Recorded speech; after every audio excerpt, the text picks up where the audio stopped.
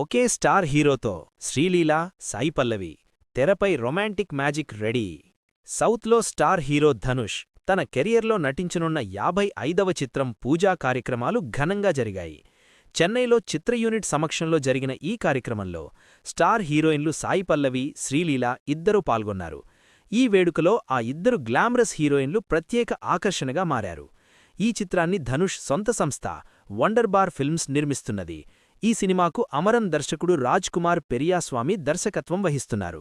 ఈ చిత్ర ప్రారంభోత్సవానికి సంబంధించిన ఫోటోలు వైరల్ అవుతున్నాయి. ఆ సినిమాకు సంబంధించిన వివరాల్లోకి వెళితే, ధనుష్ను తొలిసారి డైరెక్ట్ చేస్తున్న D55 సినిమా కోసం ఇద్దరు స్టార్ హీరోయిన్లు శ్రీలీల, సాయి పల్లవిని రంగంలోకి దించారు. అలాగే దక్షిణాదిలో లెజెండరీ యాక్టర్ మమ్ముట్టి కూడా కీలక పాత్రను పోషిస్తున్నారు.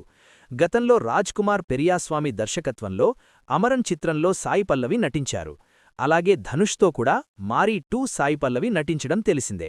ఆ ఇద్దరి జోడీకి ప్రేక్షకులు బ్రహ్మరథం పట్టారు. మరోసారి ఈ క్రేజీ జంట ప్రేక్షకులకు కనువిందు చేయబోతున్నారు. అయితే ధనుష్తో శ్రీలీల నటించడం ఇదే తొలిసారి. ఈ క్రేజీ కాంబినేషన్పై భారీ అంచనాలు నెలకొన్నాయి.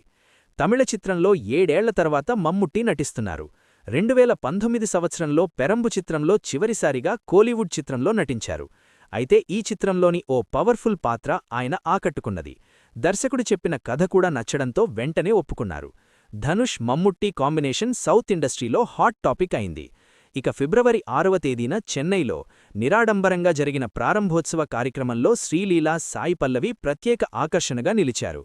వారిద్దరూ ధనుష్తో కలిసి జ్యోతి ప్రజ్వలన చేశారు. ఆ తర్వాత హీరోతో కలిసి మీడియా కోసం ఫోటోలకు ఫోజులిచ్చారు. ఈ సినిమాకు ఆర్-టెక్ స్టూడియోస్ సహభాగస్వామిగా ఉన్నారు. ఇక ఈ సినిమాకు యువ సంగీత దర్శకుడు సాయి అభయంకర్ మ్యూజిక్ అందిస్తున్నారు. ఇంకా సాంకేతిక నిపుణులు, నటీనటుల ఎంపికకు సంబంధించిన వివరాలు తెలియాల్సి ఉంది. అయితే ఈ సినిమాను భారీ బడ్జెట్తో, టాప్ ఆర్టిస్టులు, టెక్నీషియన్స్తో ప్రతిష్టాత్మకంగా నిర్మించేందుకు ప్లాన్ చేశారు. వాస్తవానికి ఈ సినిమాను గోపురం ఫిల్మ్ బ్యానర్పై అంబు చెజియన్, సుస్మితా చెజియన్ నిర్మించాలని అనుకొన్నారు.